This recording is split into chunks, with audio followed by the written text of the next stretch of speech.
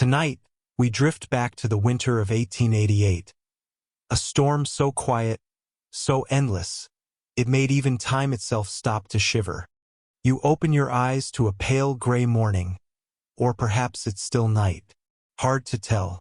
The sun seems to have called in sick again. The world beyond your frost-clouded window is a blank sheet of white, endless and still. You breathe out, and even your sigh seems to freeze midair, like it's reconsidering the effort of existing.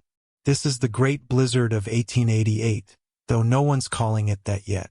Right now, it's just weather that has overstayed its welcome. Somewhere in the distance, a church bell tolls, muffled by the snowdrifts swallowing the town. You imagine it's less of a bell and more of a slow heartbeat, the kind of rhythm the world makes when it's half asleep. Outside, chimneys puff like lazy volcanoes, and every sound feels padded, wrapped in wool. You might be in New York. You might be in Connecticut. It doesn't matter. The blizzard doesn't check addresses. It just moves in wherever it likes.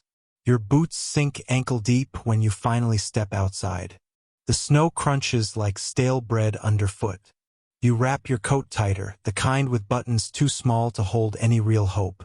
There's a faint creaking in the trees, the kind that suggests even they're tired of pretending to be brave.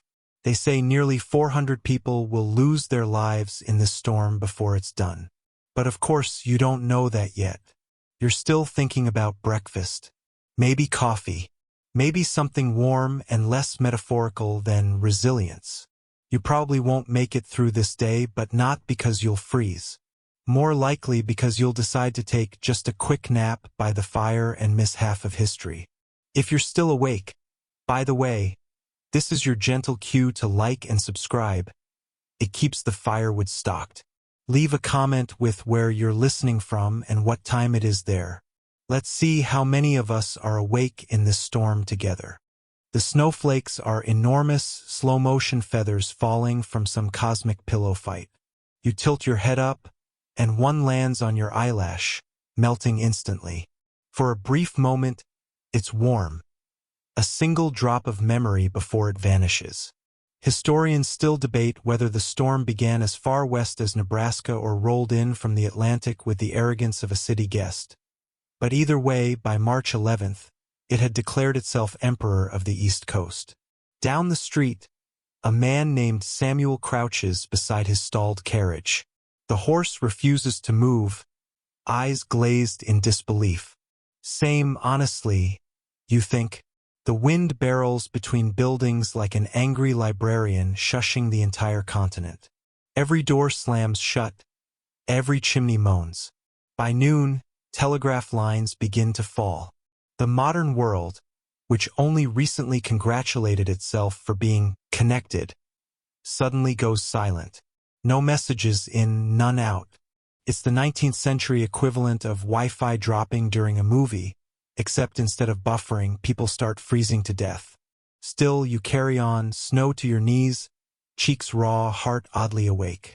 There's beauty in it, that soft, white hush where every step sounds like confession. The bakery sign creaks overhead, its letters half buried, promising bread it no longer has.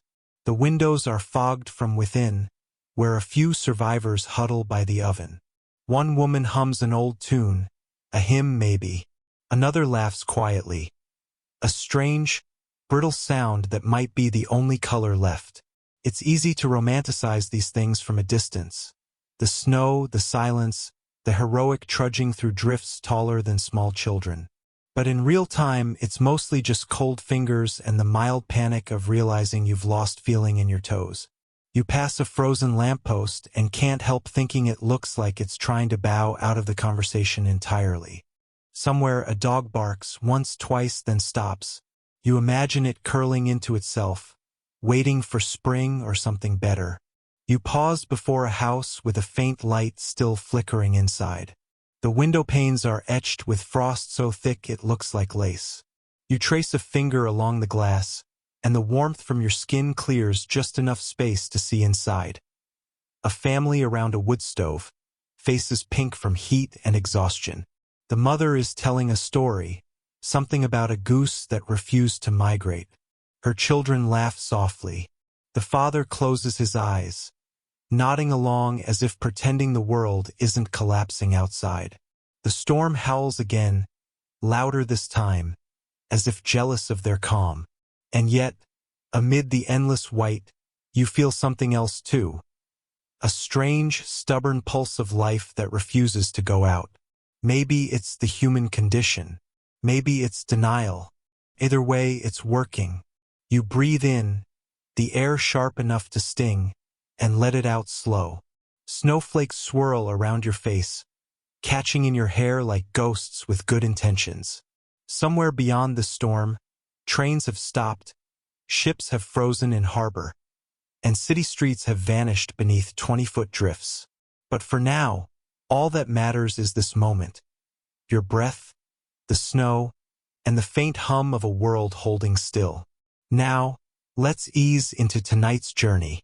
You walk north, though directions have become a polite fiction. Every street looks like a blank invitation, and every building wears the same expression: resigned bewilderment. The storm doesn't rage anymore. It simply exists, like a guest who forgot to leave the party 3 days ago. Somewhere beneath you, buried telegraph wires hum faintly in their icy tombs. You imagine the messages trapped inside them. Half-finished words, business deals, declarations of love, all frozen mid-sentence. Historians still debate, you think, whether electricity ever truly forgave us for this. A man trudges past with a bundle of firewood strapped to his back. His beard has grown its own icicles. He nods at you, the kind of nod that says, "If we make it to Tuesday, I'll tell you my name." You nod back, because that's what humans do when language feels like a waste of heat. You duck into a small alley, out of the wind. The air here smells faintly of coal and stale bread. The world has gone monochrome except for the orange glow leaking from a basement window. You crouch to peer inside. It's a group of strangers gathered around a pot of something steaming. Maybe soup, maybe water with ambition. Someone strums a banjo missing 2 strings. The rhythm is clumsy but comforting. That's your first weird tidbit of the evening. During the blizzard of 1888, some New Yorkers turned their basements into impromptu taverns and shelters, charging a nickel for hot broth and human company. You can almost hear the sign creaking. Come for the warmth, stay because you can't leave. Outside again, the snow has sculpted the city into soft, absurd shapes. Carriages look like sleeping beasts, their wheels half digested by the drifts. A hat sticks out of the snow, perfectly upright, as if its owner simply evaporated. You consider rescuing it, then remember your hands already hate you. You pass a row of tenements. Inside one, a young woman lights a single candle and sets it by the window. A signal to her husband, perhaps, who went out yesterday and hasn't returned. Or maybe it's just her way of pretending someone might still be watching. The flame trembles but holds steady. You stare at it for a moment too long, and your reflection blurs into hers. The blizzard presses on, silent and absolute. And yet, beneath it, the city doesn't die. It simply slows. Horses breathe steam into the night like tiny locomotives. The wind carries whispers, snatches of lullabies maybe or curses. A milkman's cart, overturned near Broadway, has frozen mid-spill, the bottles encased in milky glass cocoons. If you listen closely, you can almost hear the faint clink of frozen time. You step into what used to be a park. Now a white sea with only the tips of iron benches peeking through like lost ships. Somewhere below that sea lies grass, and under that, the stubborn heartbeat of spring. But for now, the world belongs to stillness. Someone once wrote that snow is nature's way of editing. Every footprint, every mistake neatly erased. Maybe that's why you find yourself oddly calm, as if the storm is proofreading your thoughts. Your scarf has gathered frost, making it as stiff as a moral lesson. You adjust it anyway. The wind sighs softer now, like it's finally running out of things to say. You stop beneath a lamppost, one of the few still standing. The glass globe glows dimly, haloed by drifting snow. It's strangely holy, like a relic of civilization pretending it can still help. You touch it, and your glove sticks for half a second. You laugh quietly. That's one joke. It's not a funny one, but in this weather, laughter is mostly about survival. Somewhere, you think you hear church bells again, but they could just be your teeth. The historical fact for this section, whispered beneath your breath. The blizzard of 1888 buried New York City under 21 inches of snow, with drifts up to 50 feet in some places. 50 feet, enough to erase the world's arrogance for a week. By late evening, the city surrenders. People stop trying to get anywhere. Families huddle by candles. Strangers share food. For once, everyone is equal under the weight of winter. Even the rich can't buy their way through snowdrifts that tall. You think of a banker somewhere uptown, realizing that money burns poorly compared to wood. A child giggles in a nearby window, pressing her face to the glass, drawing shapes in the frost. Maybe she's never seen this much snow before. Maybe she never will again. You turn back toward your boarding house, or what's left of it. Remember the street you walked past earlier? It's back, though barely recognizable. The snow has swallowed everything but the top floor. You climb through a window instead of the door, which feels like breaking in on your own life. Inside, the air is warm and heavy with the smell of damp wool. Someone has rigged a fire in the parlor, and a handful of boarders sit in a circle. One reading from a book, another mending gloves by candlelight. You take off your coat, and it stands upright on its own, which you decide is either impressive or concerning. As the room quiets, you realize the storm outside has softened to a whisper. Just the occasional groan of ice sliding off rooftops, the faint hiss of snow against window panes. Someone offers you a mug of something that claims to be tea. Tastes like regret, but it's warm. The man reading closes his book and says, "They say the telegraph lines are down from Boston to D.C. You nod, though you already knew. Then he adds, "Maybe it's good. Maybe the world needed a break from talking." And just like that, everyone falls silent again. Comfortable, content, a room full of strangers suspended in the same fragile peace. Outside, the wind hums a low, tired song.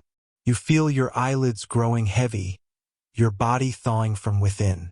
Maybe tomorrow you'll dig yourself out. Maybe not. The snow will decide. For now, there's warmth, and that's enough. Morning is technically here, though the word feels theoretical. You wake to a pale shimmer leaking through the frosted window. Not sunlight exactly, but a kind of weary glow that suggests the world is still giving it a try. You stretch, your joints making the same sound as the old floorboards, and pull on boots that were wet when you took them off. They greet you with the enthusiasm of a cold handshake. The fire in the parlor has reduced itself to polite embers. Someone's left a tin kettle above it, filled halfway with yesterday's tea and hope. You sip it anyway because both are rare commodities. The taste is faintly metallic, like a coin dropped in memory. Outside, the city has gone quiet in a new way. Not the chaos-muted hush of the storm, but the fragile calm that follows when even noise has given up. You step through the window again, doors are a summer luxury now, and find the street completely transformed. What used to be Broadway is now a pale canyon. Rooflines have become mountains. Chimneys poke through the drifts like ancient ruins. And somewhere beneath your feet, buried horses, wagons, and yesterday's headlines lie entombed. A snow-covered time capsule that no one asked for. You walk carefully, balancing on crusted snow that crunches beneath your boots. A man ahead of you carries a shovel taller than himself and whistles a tune that keeps breaking in the wind. When he passes, you notice he's using an old iron frying pan as a scoop. Improvisation, the real mark of civilization. A faint voice drifts from behind a nearby doorway. You lean in. Inside, a small grocery shop has become an impromptu shelter. Families huddle by candlelight, wrapped in quilts stitched from anything they could find. Curtains, tablecloths, even a wedding dress or two. One woman laughs as she pours coffee into a teacup chipped in 3 places. Survival chic, she calls it. That's your historical fact for the day. During the 1888 blizzard, some shops and saloons opened their doors as refuges, letting strangers sleep beside barrels of flour and sacks of potatoes. Many never asked for payment, just company and maybe a story or two. An older man near the back is recounting how he once rode a steam train to Albany. It was warmer than this, he mutters, then adds. But the sandwiches were worse. You smile despite yourself, the kind of small humor that keeps the frost off the soul. Outside again, you spot the old post office building. Its flagpole leans slightly, a scarf of ice trailing from the flag like a sigh. The flag itself is frozen mid-flutter, the nation paused mid-sentence. Historians still debate whether the telegraph towers fell first in New York or New Jersey, though most agree they collapsed in near-perfect solidarity. You imagine the lines between cities snapping one by one, like violin strings in a blizzard symphony. You turn down a side street that feels eerily familiar. Remember the lamppost you touched 2 nights ago? It's gone now, only a smooth hill of snow in its place. You pause, tracing the memory in your mind, and realize how quickly the world can erase itself. Somewhere a church door creaks open, and a handful of people emerge, wrapped in blankets, carrying hymn books. They walk together in silence, leaving perfect lines of footprints that vanish almost immediately. A boy waves to you from a rooftop. He's digging a tunnel from one chimney to another, his laughter echoing down the street like a stubborn refusal. "We can still play," he shouts. You wave back, thinking he's probably right. Childhood has its own immunity to despair. You pass what used to be a bakery. The smell of yeast still lingers faintly, even though the oven's gone cold. The baker, a stout man with cheeks red from both wind and pride, is outside sculpting something from the snow, a loaf as tall as himself. He catches your eye and grins. "If they won't buy bread," he says, "maybe they'll admire it." That's your first joke for the day. Subtle, a little absurd, just enough to keep the mood alive. You continue on, past rows of windows flickering with candlelight, each one a small declaration. We're still here. By midday, the air feels lighter. The snow has stopped falling, and a strange blue brightness filters through the clouds. It's not warmth, not yet, but it's a promise whispered through frozen lips. You sit for a moment on a drifted step, your breath forming little ghosts in the air. Across the way, a stray cat appears, fur-puffed, tail high, walking as if it owns this frozen empire. It pauses, blinks at you, and disappears into the whiteness like a rumor. That's how survival feels, you think. Quiet, ordinary, 1,000 tiny decisions to keep walking. The city isn't dead, just slowed, breathing beneath the ice. Somewhere deep under the snow, you can almost hear it. A faint, rhythmic pulse, waiting for spring. Evening again, though night has stopped meaning anything. You can't see stars, only the faint reflection of candlelight bouncing off snowbanks.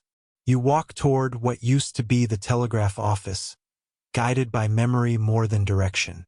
The world feels half buried in sleep. Inside the office, it's strangely warm. A handful of workers have lit lanterns and are tinkering with the remains of the telegraph machine. A cluster of wires, brass, and misplaced optimism. One of them, a woman with soot on her cheek, gives you a nod. "Trying to send something to Boston," she says. "Not sure if Boston still exists." You smile faintly. Historians still debate that. You reply, and she laughs, the kind of laugh that's half relief, half disbelief. A man nearby taps on a telegraph key that isn't connected to anything. The rhythm is steady, like a heartbeat. Keeps me sane, he explains. You think about that, how pretending something still works can sometimes make it so. The room smells like oil and paper, and the walls hum faintly with wind. You find a seat near the stove, where a kettle trembles but never quite boils. Outside, the snow glows with reflected lantern light, turning the windows into dim mirrors. A boy enters, maybe 16, wearing a too large coat. He carries a small wooden box filled with candles, the wax already softening from the heat. Found them in a church, he says. They won't mind if we borrow a little light. He sets one candle in each window, and soon the room looks less like an office and more like a shrine to stubbornness. You help him light them, your hands shaking slightly from both cold and awe. That's your obscure tidbit for this section. During the blizzard, telegraph operators in New York and Boston reportedly tapped messages into deadlines, simply out of habit or faith. No one heard them, but it made the silence bearable. The woman at the telegraph turns to you. You think anyone's listening? She asks. You shrug. Maybe, you say. Or maybe the storm just needed someone to talk to. You lean back, watching the lantern flames flicker. Someone begins humming softly, a tune that sounds like an old sea shanty slowed to half speed. It fills the space between heartbeats. Outside, the wind picks up again, brushing snow against the door like fingertips. It's gentler now, almost tender. You close your eyes for a moment and imagine the wires stretching out across the country, buried but intact, a web of silent potential. Somewhere, maybe miles away, another operator might be doing the same thing. Maybe they're tapping nonsense, or maybe they're sending a message that will reach no one but the storm itself. Still, the thought warms you. Connection, even imagined, has weight. A man stirs in the corner, muttering about his family in Albany. If the lines were alive, I'd tell them I'm fine, he says. Then, after a pause, though that might be optimistic. Everyone smiles, not because it's funny, but because it's true. The woman refills the kettle. You offer her your gloves, noticing her hands are red with cold. She hesitates, then accepts them. You'll need them back, she says. You shake your head. Only if the storm starts typing. That's your second joke, gentle and sleepy. It earns a soft laugh, the kind that stays in the air like steam. As the hours drift by, the sound of the wind merges with the soft tapping of the key.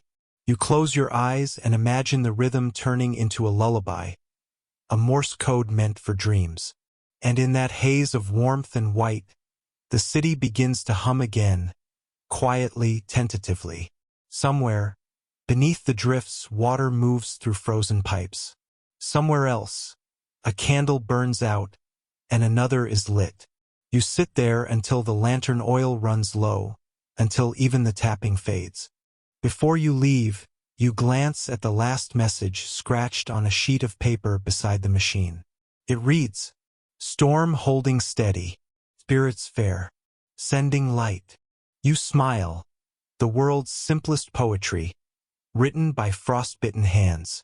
Outside, the snow reflects the lantern's last glow, turning everything gold for just a moment. The air feels warmer, though maybe that's just hope masquerading as temperature. You look back once at the little telegraph office, its windows soft with candlelight. Then you walk into the night, the sound of the wind your only company. And somewhere, deep beneath the silence, you swear you hear it, the faintest reply. By the time morning stumbles back into existence, the wind has worn itself out.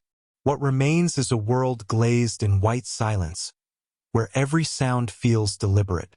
You open your eyes to find your blanket crusted with frost. It sparkles like the night forgot to clean up after itself. You step outside. The air tastes faintly metallic, like an unplayed piano string. The streets are a maze of narrow trenches dug by desperate hands, some barely wide enough for a person to pass. You follow one until it opens into what used to be a square. A small crowd has gathered there, clustered around a bakery that somehow still stands. Its sign hangs crooked, the word bread barely visible beneath the snow. The door is propped open with a sack of coal, and inside, a man is handing out loaves to anyone who waits long enough. The bread is small, uneven, and still warm, a miracle disguised as mediocrity. You take one, feeling the heat seep through your gloves like an apology. Pay when the thaw comes, the baker mutters, his eyes red from smoke and sleeplessness. You nod. If the thaw comes, you say. He smirks. Optimism's bad for business anyway. That's your first light joke of the day, hidden beneath layers of steam and sincerity. Around you, people eat slowly, reverently, as though afraid to wake the storm again. A woman tears her loaf in half to share with a child who isn't hers. A man you recognize from the telegraph office offers a candle stub in return, the new currency of kindness. A soft cough breaks the quiet.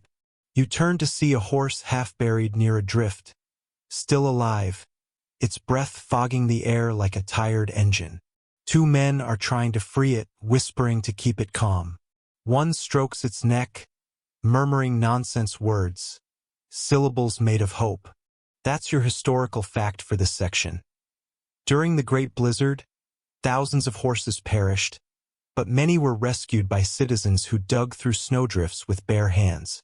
No medals, no newspapers. Just a stubborn belief that life deserved another chance. You kneel beside them, helping to dig. The snow is dense as memory, but eventually, the horse staggers free, shaking itself like it's been reborn. Someone cheers softly, the kind of sound that turns cold into warmth. Afterward, you find yourself walking with one of the rescuers. A woman with a patchwork scarf and a stubborn smile. She tells you her name is Margaret, though everyone calls her Mags the Map, because she always seems to know where she's going. As you walk, she points out landmarks buried under snow. That's where the post office used to be, and that's where my neighbor swore she saw spring last week. You both laugh, though the sound feels strange, almost fragile. Mags tells you she used to work at a bookshop on Pearl Street. We sold everything from Bibles to romance novels, she says. Funny how people buy love and salvation in the same breath.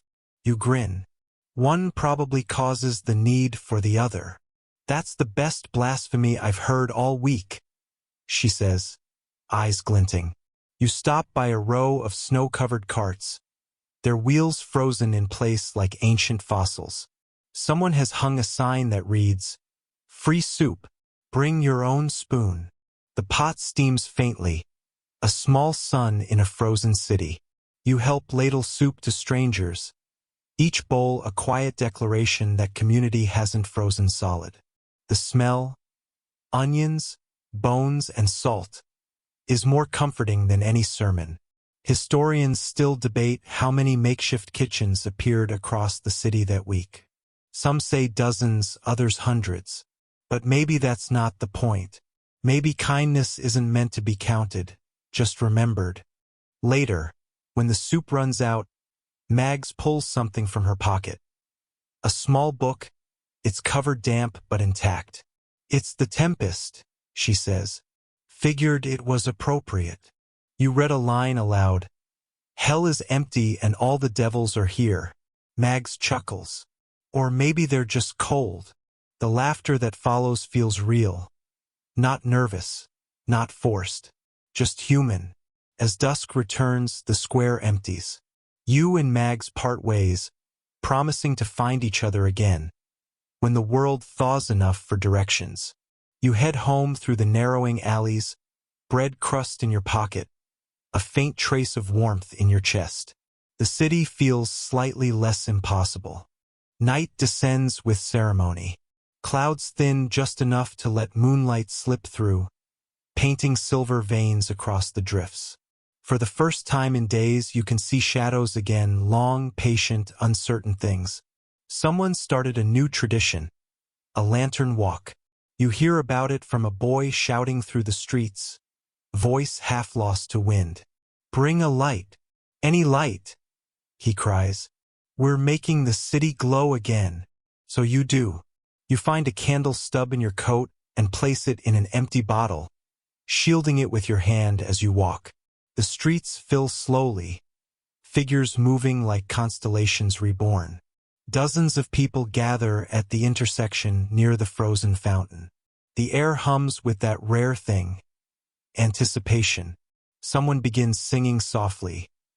Not a hymn, not a carol, just something wordless and circular, the kind of tune that keeps you from thinking too hard. The lanterns flicker and sway, throwing gold light onto faces that haven't smiled in days. Children laugh when the wax drips onto their mittens. Adults trade knowing looks that say we're pretending, but it's working. That's your obscure tidbit for this section. After the 1888 storm, New Yorkers reportedly placed candles in windows to guide rescue parties and mark the homes of survivors. What began as practicality turned into something ritualistic, a nightly reminder that the city still pulsed beneath the snow. You stand near a lamppost, one of the few still visible, and watch the glow ripple outward. Each window, each lantern adds another small heartbeat to the frozen city. It feels like watching the stars return after a long exile. Beside you, an older woman leans on a walking stick. "I was supposed to go dancing this week," she says, her tone halfway between joke and confession. "Guess this'll do." You grin. Fewer partners to step on your toes. She nods, smiling. And the lighting's much more forgiving. You wake to the smell of something almost impossible, warmth. A faint ribbon of smoke curls through the crack in the window frame, carrying with it a scent of burning wood and ink. It's not your fire, that's been out for hours, but it's close enough to follow. You step outside into the pale dawn, where the air hangs heavy with fog and the crunch of boots feels like punctuation. The snow drifts have hardened overnight, and now they glint like marble, the city turned to sculpture. You walk toward the source of the smoke, passing windows rimed in ice so thick they resemble frosted glass panes in a cathedral. At the corner of Fulton Street, you find the old library, or rather, what's left of it. The roof has partially collapsed, but someone has kept the fire burning inside. A miracle of both bravery and poor ventilation. You squeeze through the doorway, greeted by the crackle of flames and the smell of old paper curling at the edges. A handful of people are gathered around a central table. They've stacked books not to read, but to burn, fuel for survival, irony for heat. One man tosses a soggy copy of The Wealth of Nations into the flames and mutters, "Seems appropriate." That's your first joke. Soft, dry, perfectly timed. A young woman, ink stains on her sleeves, looks up from a ledger she's keeping. "We're cataloging what we burn," she says. "Seems wrong to erase things without saying their names." You glance at the pages, a neat list of titles, each with a note beside it, "Sacrificed for warmth." That's your historical fact. During the blizzard, some libraries and offices burned damaged books and papers for heat, including government records. Civilization, it turns out, is flammable. You help arrange the next pile, mostly damp newspapers and pamphlets. As the fire grows, the room fills with a golden haze. Someone begins reading aloud from a rescued volume of poetry, voice low and deliberate, each line landing softly like falling ash. "The winter holds the breath of men, and silence keeps the sound of then." No one says anything after that. The poem settles over the room like a quilt. An older man, a clerk by the look of his cuffs, clears his throat. "I used to shelve books here," he says. "Never thought I'd have to choose between literature and fingers." He holds up his hands, red and trembling. You pass him your scarf, and he takes it with a nod that means thank you for noticing. You wander through the aisles, running your fingers over spines glazed with frost. Titles peek through the snow like fossils. Great Expectations, The Odyssey, How to Keep Chickens in Winter. The last one makes you laugh quietly, Hope in paperback form. Mags the map appears in the doorway, face half hidden by her scarf. Thought I'd find you here, she says. Only the hopelessly poetic would seek shelter in a library during an apocalypse. You grin. And yet here you are. Guilty, she says. I came for the warmth of misplaced priorities. You both sit near the fire, watching the smoke rise toward the cracked ceiling. Outside, the city creaks. An orchestra of thaw and freeze, playing the same song in different keys.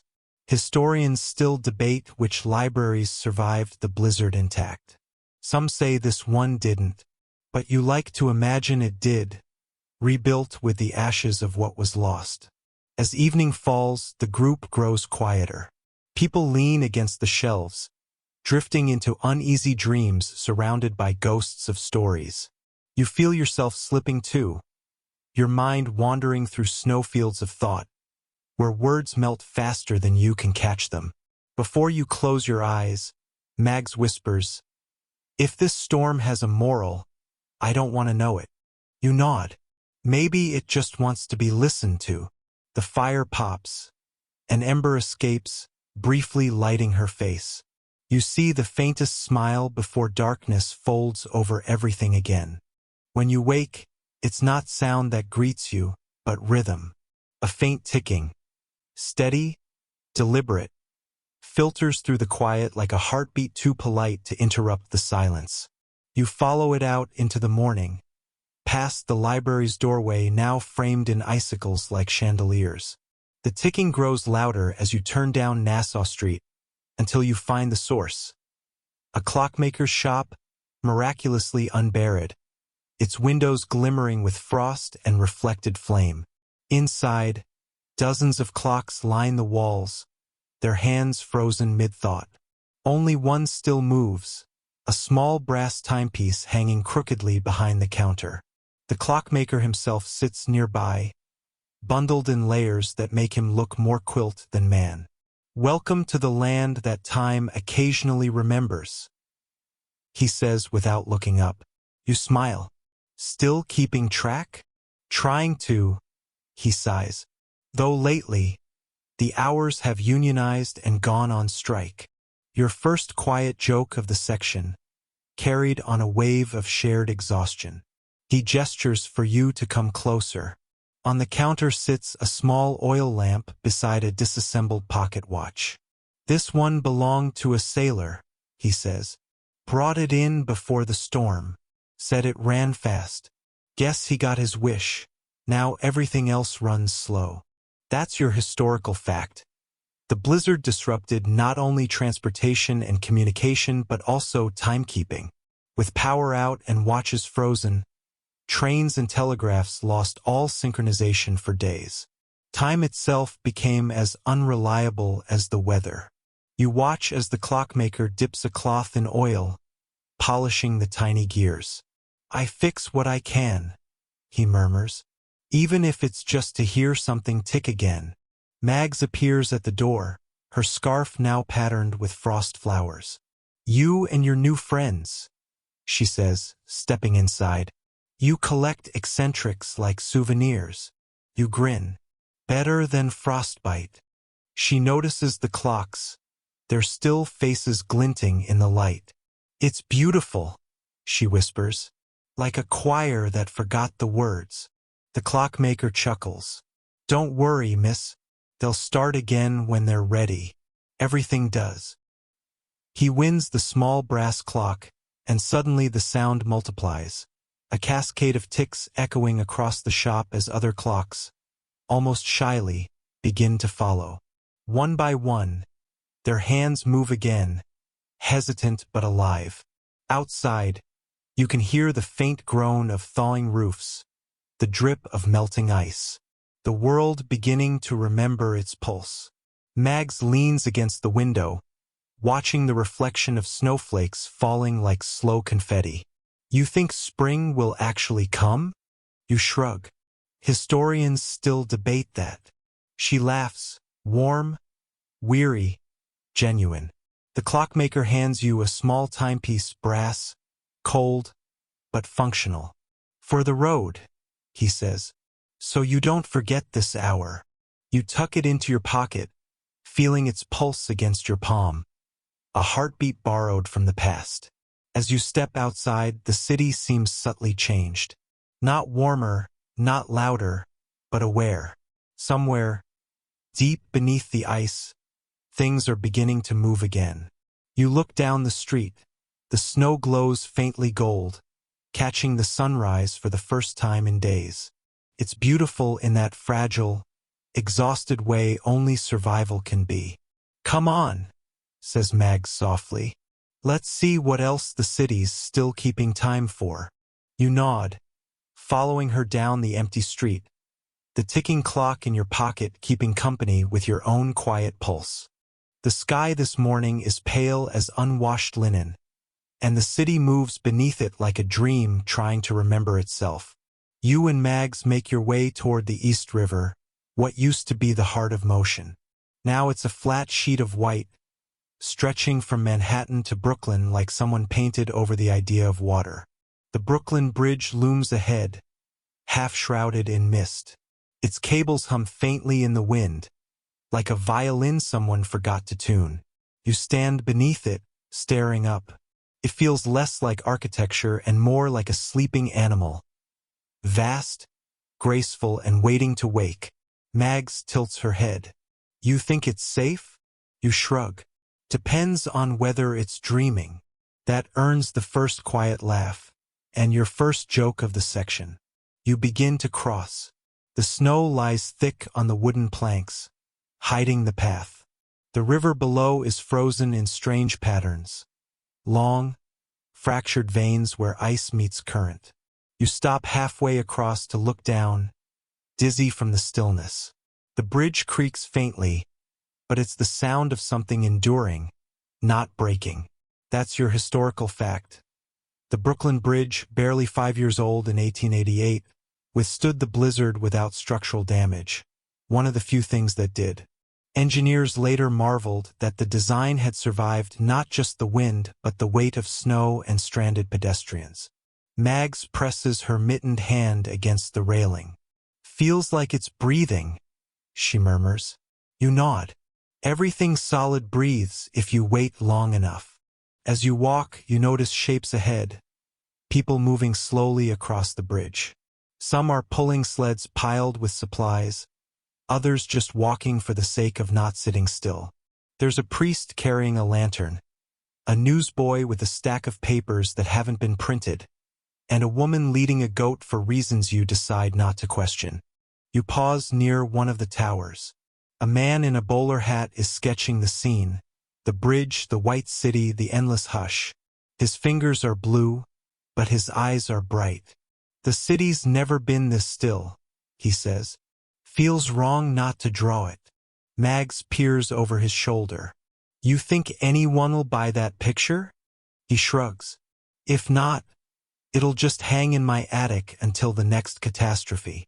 She smiles. Then it'll be ready early. The wind picks up, brushing snow against your faces. The sound of the cables humming grows louder. A deep, metallic sigh that vibrates through your boots. You lean over the edge, looking toward Brooklyn. The city across the river glows faintly through the haze, a faint constellation of lanterns and smoke. It looks so close you could breathe on it. Historians still debate whether the river truly froze solid that year or just crusted over near the edges. But the bridge doesn't care. It remembers what it carried, not what it crossed. When you reach the far side, Mags stops to catch her breath. You ever notice, she says, that survival feels a lot like wandering into someone else's life? You smile. That's what makes it interesting. She grins, pulling her scarf tighter. Good. Then let's keep trespassing. And so you do. Two small figures walking off the bridge, footprints already filling behind you, swallowed by the slow, patient snow. By the time you reach the Brooklyn streets, the world feels half repaired. Smoke curls from a few chimneys. The air carries the faint scent of bread again, or maybe memory pretending to be hunger. You follow the sound of a piano. It's faint, hesitant, and slightly out of tune, like someone teaching the storm how to hum. The trail leads to a tall brick building with a crooked sign, the Empire Hotel. Half the letters are missing, so it simply reads, the EMP Hot, which, given the temperature, feels ironic enough to qualify as art.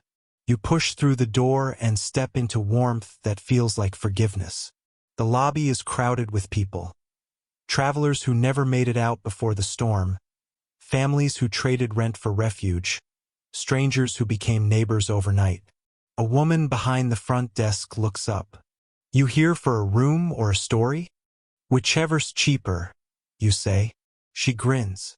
Story it is. That's your first light joke of the section, settling gently into the soft chaos.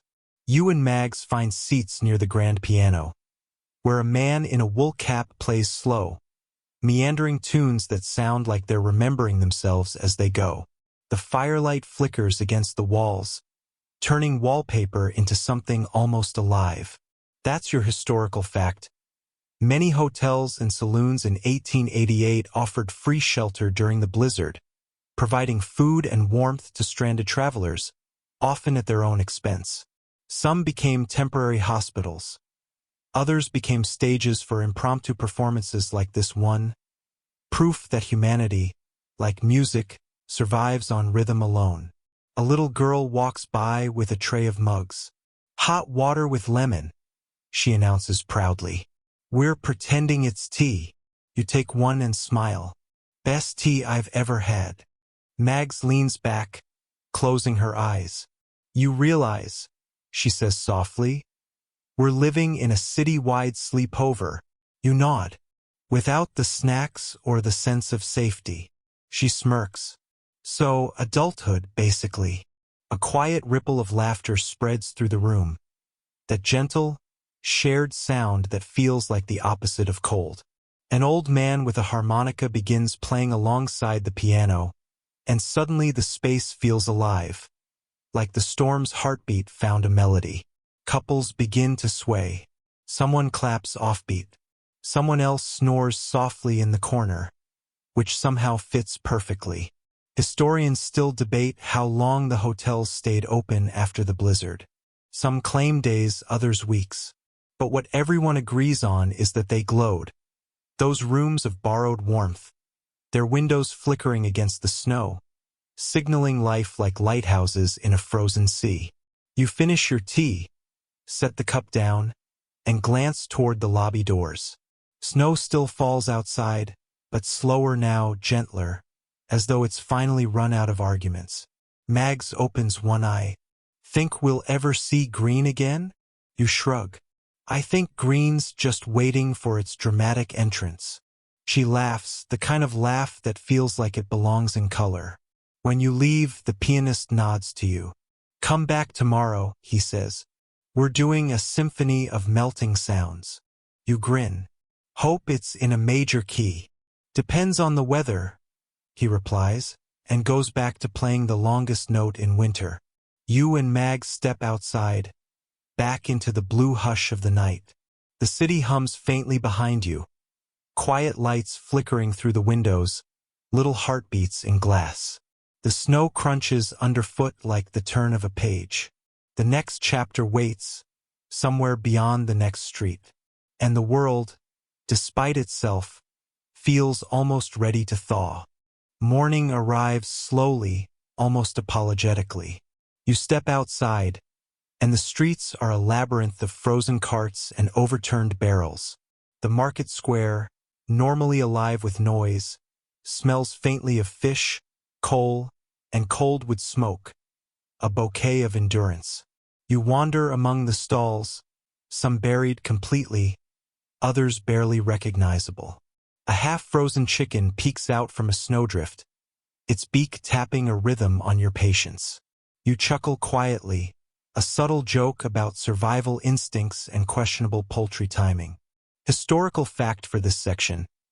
During the blizzard, New York City's markets were buried under drifts up to 20 feet high, leaving many residents without fresh food for days. A man is chopping firewood with a hatchet, using a barrel as his chopping block. His hands are red, stiff but deliberate. Food's scarce, but a warm heart is rarer, he says, smiling faintly. You hand him your scarf, though he protests. You'll need it more, he says, and you realize he's right. Nearby, a child attempts to pull a sled laden with potatoes, muttering curses that sound more like negotiation than frustration. Someone has painted a tiny face on the top potato, giving it character. You nod in approval. Small levity counts as art here. Mags points to a stand barely sticking out of the snow. That used to sell oranges, she says. Now it's just citrus nostalgia. You laugh softly. Indeed, you've never felt nostalgia so literal. Obscure cultural tidbit. Merchants during the 19th century occasionally used fruit carvings to amuse customers, a practice largely forgotten, except by children who now find it hilarious. The wind presses against the buildings, flattening everything it touches into monochrome shapes. Even so, life continues. Someone begins distributing small bits of bread from a tin box, and suddenly the market feels less like despair and more like ritual. You watch the small acts of survival. A woman sharing a mitten with a stranger, a man giving half of his coffee to a neighbor. It's quiet heroism, subtle and unheralded. You move along a street barely visible under snowdrifts, recalling the bridge you crossed yesterday. The city seems slower than memory, deliberate in its persistence. The sun, when it appears, is pale as ash. Snowflakes catch it briefly, scattering light like tiny mirrors. You catch yourself smiling at a drifter singing softly to keep time with his footsteps, the melody almost drowned by the stillness. Historians still debate whether urban markets were more affected than rural areas, but you notice it doesn't matter. Hunger and cold are universal, indifferent to geography. By afternoon, the market clears gradually. People return to their homes, their shelters, their improvised kitchens. And as you step away, you feel a quiet reverence for the mundane, the bravery of the ordinary, alive in snow and silence. You hear the church bell before you see it, muffled by snowdrifts like it's speaking through cotton. The Gothic spire is half hidden, but the doors remain sturdy, glowing with candlelight inside. Historical fact. During the blizzard of 1888, churches often served as communal shelters, offering warmth, food, and spiritual solace to those stranded. You push the door open, greeted by a faint wave of heat and the smell of beeswax candles. Inside, families huddle together, sharing blankets and small bowls of soup. A choir of voices hums softly. Not a hymn exactly, but something improvisational, meant to comfort both body and mind. Mags nudges you. They're singing the storm to sleep, she whispers. You smile. It's exactly the kind of small, human magic that makes a frozen city feel alive. An older woman invites you to sit beside her. She offers a piece of bread. Not much, but it counts, she says. You nod and bite into it, savoring the warmth. Obscure tidbit. Some 19th century church communities preserved and used candles for emergencies like blizzards, creating miniature lanterns called hope sticks that were handed out sparingly. You glance at the altar, draped in frost patterns forming intricate, almost accidental lace. The stained glass catches the dim light from candles, scattering colors across the floor like memory itself. A young boy approaches, carrying a tiny harp. He plucks one note, then another. The sound is hesitant but pure, mingling with the hum of the congregation. You close your eyes and let it carry you. A lullaby for a city frozen in time. The priest walks by, quietly offering reassurance. "We keep candles lit until the storm passes," he says. "Light matters more than sermons right now." You nod, realizing he's correct. Light and warmth, however modest, are more valuable than words, even the most comforting ones. Someone cracks a gentle joke. If the snow reaches the pulpit, the sermon will be about survival. Everyone laughs softly. You catch yourself smiling again, grateful for humor that doesn't need applause. Historians still debate how many people were sheltered in churches during the storm. The numbers vary wildly, but what matters is the sense of shared humanity. By evening, the congregation quiets, people settling in for a night beneath the steeple. You sit against a pew, watching shadows dance across the walls as the candle flames tremble. Outside, the snow continues to blanket the city, softening edges, filling voids. Inside, the church breathes warmth into its inhabitants, a small sanctuary amid relentless whiteness. You lean back, feeling the rhythm of quiet hearts around you. Somewhere beyond the walls, the city sleeps, waits, and remembers how to breathe again. And for a moment you think, even winter can feel tender if we let it. You wake to a city muffled in white silence. The streets are narrow corridors of ice, alleys carved by shovels and desperation. One alley catches your eye, lined with candles and bottles, glowing softly like captured fireflies. Mags walks beside you, her scarf fluttering behind her. "Someone's been busy," she whispers. You nod, admiring the delicate effort. A whole neighborhood claiming small victories against the storm. Historical fact: residents often left candles in windows or alleyways to guide lost neighbors and stranded pedestrians. This simple act of light was part survival, part quiet defiance. You step carefully over snowbanks, pausing to notice tiny details. A hat frozen atop a fence post, a snowman whose carrot nose has drooped sadly, footprints that tell stories of people who came before. Obscure cultural tidbit: in some 19th century cities, candlelight in alleys was thought to ward off spirits, or at least keep one awake enough to survive winter nights. A small dog bounds past, shaking snow from its fur, scattering the candlelight into sparkling fragments. You laugh softly. Even the animals are refusing to admit defeat. You follow the alley until it opens onto a wider street where more candles flicker in clusters, turning the drifts into rivers of amber light. Someone has strung sheets between posts, creating makeshift tunnels. Underneath, children race sleds and adults shuffle slowly, carrying food or firewood. Mags nudges you. It's like the city is glowing from the inside out. You smile, realizing she's right. Even amid isolation, small acts of care ripple outward, making light larger than its source. A man sitting on a stoop offers you a small cup of broth. You take it, grateful, noting the irony that a frozen city produces warmth in its most humble gestures. Historians still debate whether such candlelit neighborhoods were common or rare. Some say hundreds of blocks lit up in solidarity. Others claim it was merely a trickle. You decide it doesn't matter. The effect is immediate, tangible, and comforting. By nightfall, the alley hums with soft conversations, distant laughter, and the quiet glimmer of resilience. You pause to take it all in, noticing that even in hardship, people can craft beauty. You realize survival is less about weathering storms than illuminating the spaces they touch. By mid-morning, the city has begun to settle into rhythm again. Snow drifts hold their shape like sleeping animals. Roofs, heavy and bowed, whisper faint creaks as the wind shifts, a gentle symphony of patience. You climb cautiously along a side street toward rooftops that are mostly accessible. The old building has a fire escape, its iron steps slick but holding firm.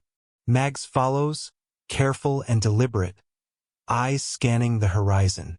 Historical fact: during the 1888 blizzard, Residents frequently climbed onto rooftops to assess snow accumulation or communicate with neighbors. Some survived this way. Some simply discovered their world transformed. From this vantage point, the city unfolds like a miniature landscape of white and shadow. Chimneys smoke faintly, lanterns flicker in distant windows, and you can trace the ghost of every street and alley in its frozen patterns. You step carefully, noticing details often ignored from the ground. A bird frozen mid-flight, wings slightly bent. A discarded glove that looks like it's waving goodbye. A satellite of snowballs that haven't yet melted. Obscure cultural tidbit. Some 19th century urban rooftops were used as meeting points or lookout posts for messengers, children playing, or even spies. Today, your own climb feels more like homage than espionage. A gust of wind pushes you to lean closer to the edge. Below, people walk as if underwater, slow and deliberate. You can almost hear the snow crunching beneath each step, a soundtrack to patience and survival. Mags points toward a distant church spire. "Remember the bell we heard? It's still awake," she says. Indeed, the faint resonance carries across rooftops, gentle but insistent. You laugh softly. Even buildings have stage fright, apparently. That's your subtle joke for the section, light as drifting snow. The wind shifts again, and the rooftops respond. Groaning, sighing, whispering secrets of weight, age, and endurance. You realize the city is speaking softly, in creaks and whispers that you could only notice if you paused long enough. Historians still debate how many people climbed rooftops during the storm for survival versus curiosity. You suspect it doesn't matter. What matters is that the act itself offers perspective, a way to see both danger and beauty simultaneously. You sit for a while, letting the city breathe beneath you. Each rooftop tells its own story. Snow weighing on slates, chimney smoke curling against gray skies, lantern light flickering like tiny stars. By the time you descend, the wind has softened. You feel the echo of the city in your chest, patient, alive, whispering the slow, stubborn song of endurance. And as you step back onto the quiet street, you know that even in frozen silence, life pulses, small but undeniable, beneath the weight of winter. Morning arrives pale and hesitant. You and Mags decide to cross toward the river, curious if the ferry docks have survived the storm. The river itself is nearly invisible beneath a thick sheet of ice, fractured in strange lines like frozen lightning. You step onto the dock, which creaks underfoot, and notice a lone ferry, frozen solid along its mooring. Its timbers are glazed with ice, ropes stiff as whalebone. A gull circles lazily above, indifferent to human concerns. Historical fact: during the Great Blizzard, ferries across the East River were immobilized for days, leaving thousands stranded on either side of Manhattan and Brooklyn. You step closer, examining the frozen ropes. Someone has tied candles along the deck, little golden dots in the expanse of white. Mags leans over the railing. "It looks like a ship in a snowed-in galaxy," she whispers. Obscure cultural tidbit. 19th century ferry operators sometimes left candles on the decks to signal safe mooring at night, which inadvertently created the most magical midwinter light displays. A man appears from below deck, carrying a small keg of coffee. "Morning," he says. "Fuel for anyone brave enough to be awake." You take a cup, warmth trickling into your fingers. You notice an old crate stamped "Made in Germany," its lettering partially obscured by frost. Inside are apples, some shriveled, some surprisingly plump. You bite into one, tart, cold, perfect. "Nature's persistence," you mutter. Mags laughs softly. "We should paint a warning sign. You probably won't make it through this ferry ride alive." You grin. "But the view's worth it." You walk along the frozen deck, listening to the faint creak of the ferry as ice shifts beneath it. The city beyond the river glows faintly, a constellation of lanterns and chimney smoke. You imagine the ferries as frozen time capsules waiting for the thaw. Historians still debate how many passengers were stranded overnight on ferries. The numbers vary wildly, but the sense of liminality is universal. Trapped between two banks, between ice and sky, waiting. You lean against the railing, sipping coffee, letting the silence of the frozen water absorb you. For a moment, the world feels suspended. Nothing to do but breathe, watch, and endure. You follow the faint aroma of yeast and sugar down a side street, arriving at a bakery that somehow remains open. Its windows are steamed over, light spilling like golden syrup onto the snow. Historical fact: many small bakeries stayed operational during the blizzard, sometimes running entirely on wood-fired ovens and minimal staff. Survival often required ingenuity, stubbornness, or both. A stout man behind the counter greets you. "Hot bread," he says simply. "Take it or watch me eat it all." You take a loaf, still warm from the oven, and inhale deeply. The smell alone feels restorative. Obscure cultural tidbit. In the 19th century, bakers sometimes added spices to bread during winter to improve morale and give the illusion of abundance. This one has done the same. A hint of nutmeg drifts through the air. Mags lingers near a tray of buns. "You think he charges extra for bravery?" she asks. You grin. Probably $1 per snowflake survived. The bakery is tiny, walls lined with flour sacks. Outside, the wind presses against the door, but inside it feels like a sanctuary. Customers, neighbors and strangers alike, gather around, sharing the little they have and laughing softly at absurdities. Someone dropped a mitten in the dough. Another is negotiating a trade of candles for croissants.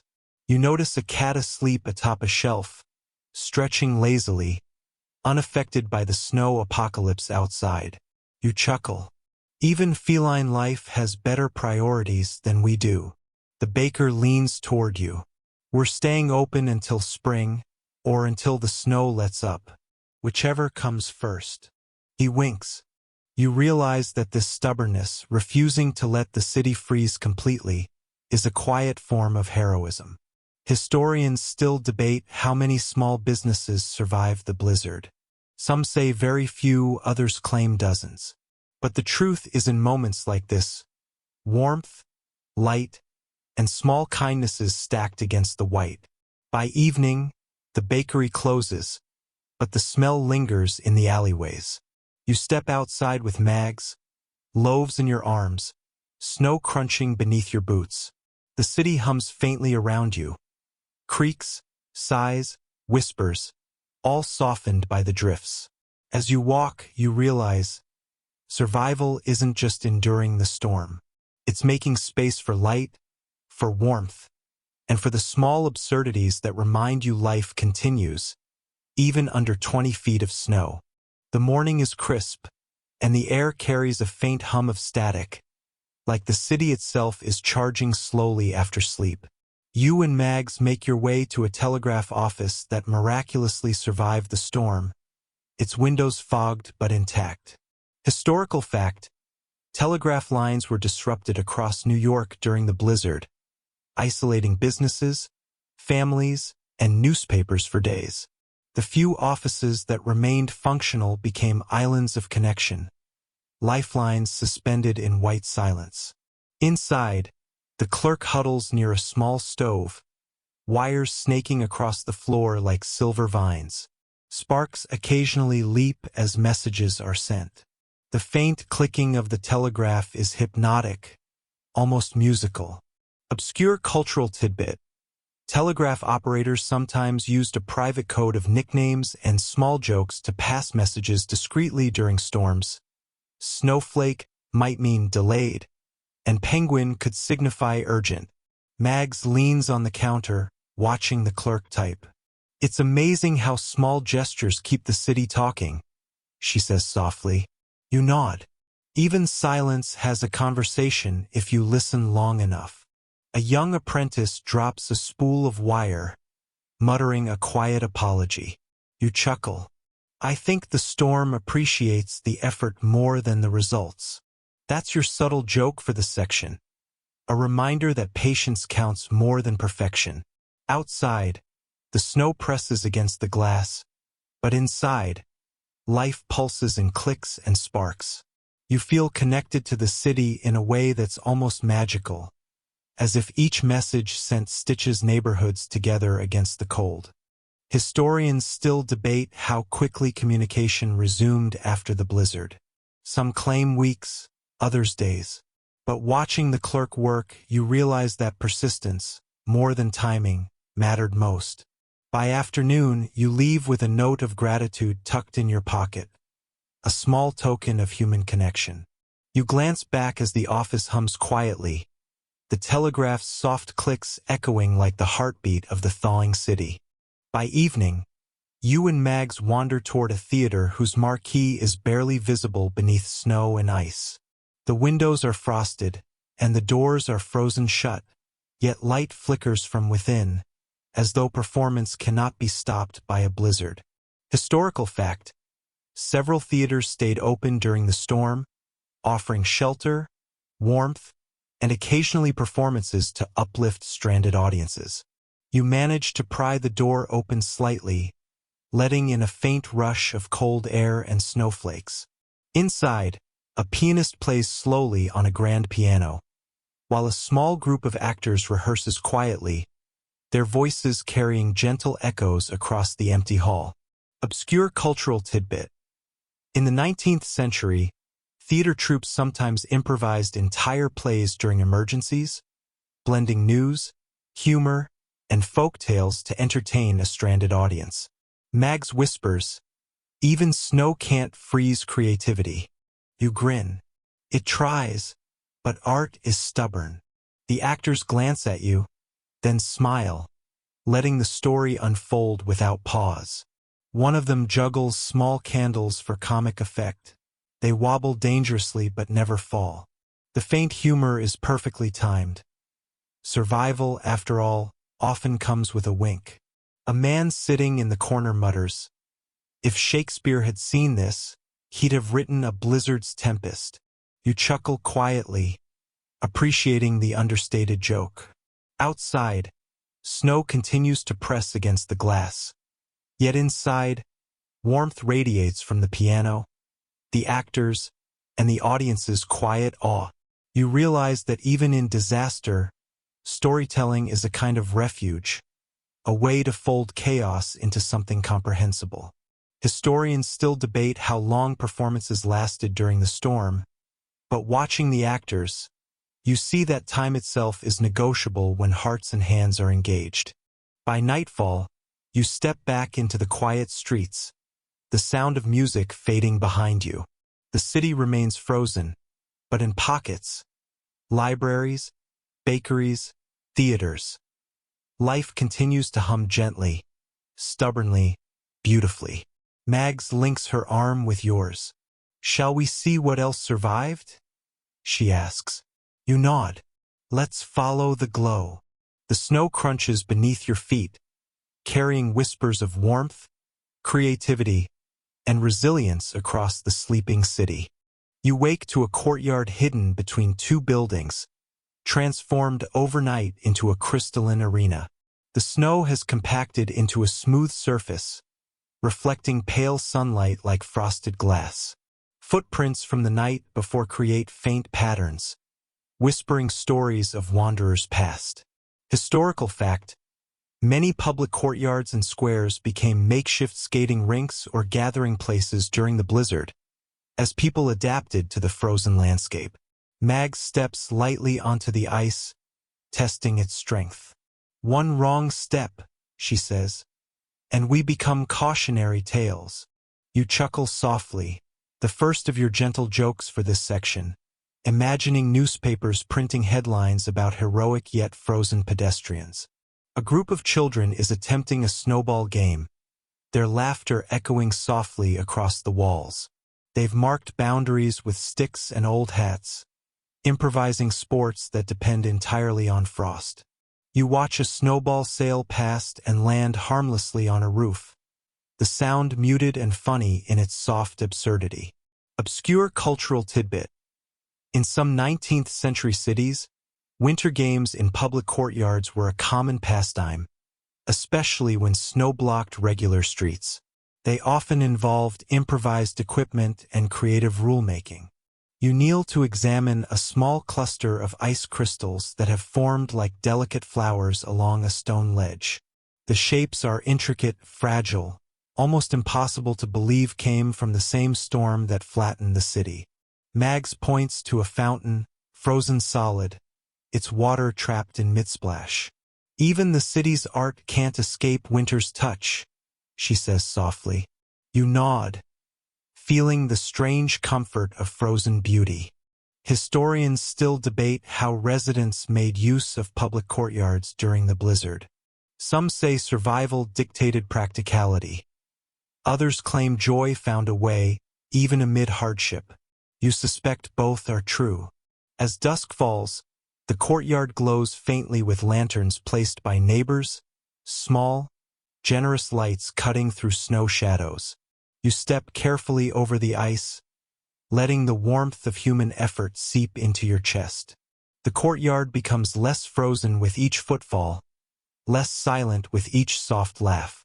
You pause, taking a deep breath of cold, sweet air.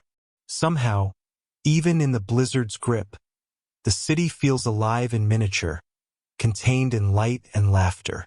You and Mags climb another fire escape, this time toward a rooftop you've never seen. When you reach the top, the view steals your breath. A small, abandoned roof garden, half buried in snow, yet stubbornly alive. Fences are lined with icicles, and frost outlines what once were flowers. Historical fact. Some rooftop gardens in 19th century New York survived harsh winters, though the plants often lay dormant until spring. A few stubborn perennials would bloom again despite frost. You kneel, brushing snow from a small patch of earth, revealing frozen petals below. It's beautiful in its refusal to give up, a quiet statement against the storm. Obscure cultural tidbit. Rooftop gardening in the late 1800s was occasionally used to grow herbs and vegetables for small families, a practical measure that also offered an aesthetic escape. Mags crouches beside you, tracing her fingers over the frozen stems. Even in winter, life finds a way to claim attention, she murmurs. You spot a small bird perched nearby, puffed against the cold. Its tiny heartbeat is rapid, visible in its chest, as though it's daring the city to forget that warmth exists. You smile. A neighboring rooftop offers a faint sound. Someone strumming a guitar through a window, the notes soft, slightly muffled. It reaches you like a lullaby carried across the city. You imagine the roof garden listening along, petals frozen but attentive. You share a quiet joke with Mags. Think the flowers complain about snow the same way humans do? She laughs softly. Probably. They just don't have eyebrows to raise. Historians still debate the prevalence of rooftop gardens in the city during that era. Some claim they were rare luxuries. Others say a surprising number existed. But standing here, it feels like every rooftop holds a memory waiting to bloom. As the sun begins to set, golden light catches the icicles, making them gleam like crystal chandeliers. You feel the storm behind you, persistent but fading, while this small patch of life stands as a promise that winter, no matter how long, eventually bows to patience and care. You and Mag sit quietly, sharing warmth, watching the faint glow of lanterns and rooftops as the city settles into a tentative night. Even in frozen silence, life persists, delicate, stubborn, and quietly triumphant. The day begins with a hush, and the wind carries whispers through a churchyard draped in snow. You and Mag step carefully between tombstones, each etched name softened by frost, each shadow stretched by pale sunlight. Historical fact: during the blizzard, cemetery grounds were often nearly inaccessible, but churchyards served as quiet spaces where residents could reflect and sometimes gather without the chaos of the streets. You notice small offerings left atop stones. A sprig of holly, a candle buried halfway in the snow. Someone has carved initials into the ice itself, a message that will vanish when the thaw arrives. Obscure cultural tidbit: Victorians often decorated graves with small tokens in winter, not just during holidays, believing that spirits found comfort in visible remembrance. A crow lands on a fence post, its black feathers striking against white snow. Mags whispers, "Even the birds seem to judge the storm." You laugh softly. Or they're just dramatic observers, same as humans.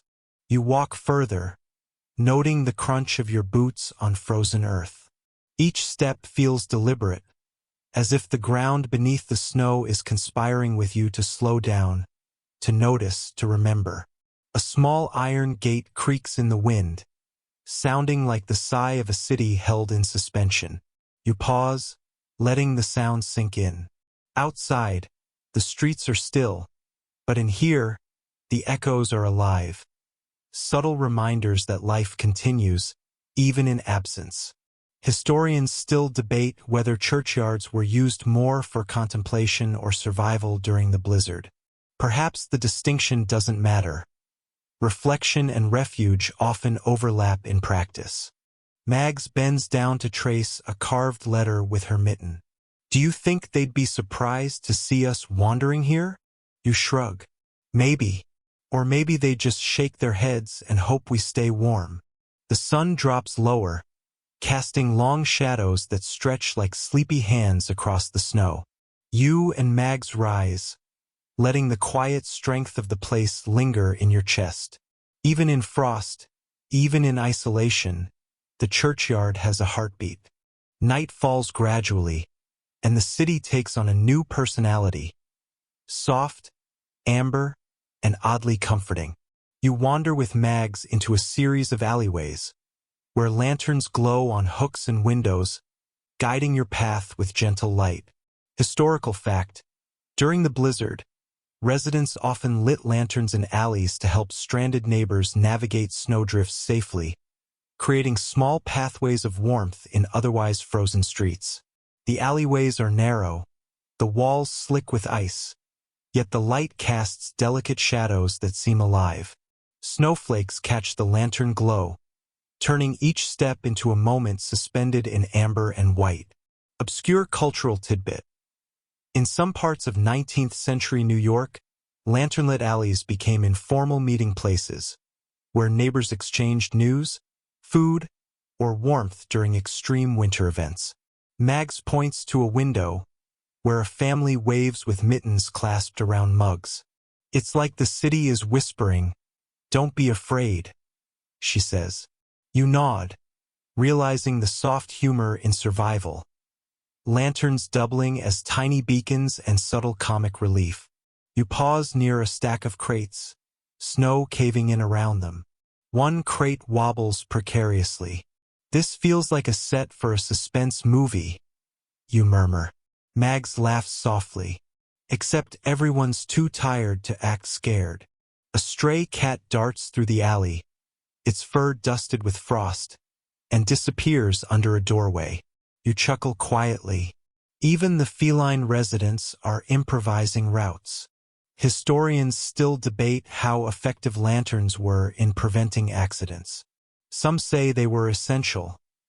Others claim they were symbolic, a gesture of solidarity more than safety.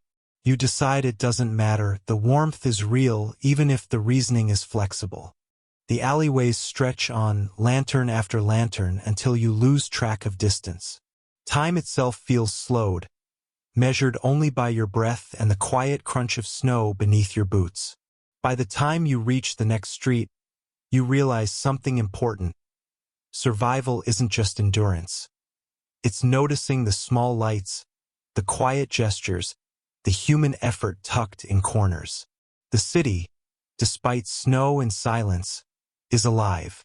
You wake to a thin fog curling above the frozen canal, its surface smooth as polished glass. The water beneath, trapped in ice, murmurs faintly when you step too close, a reminder that even the deadest winter hides movement. Historical fact: canals and smaller waterways in New York often froze entirely during the blizzard, halting transportation and trade, while also creating unexpected playgrounds for children and sledders. Mag steps lightly, testing the ice.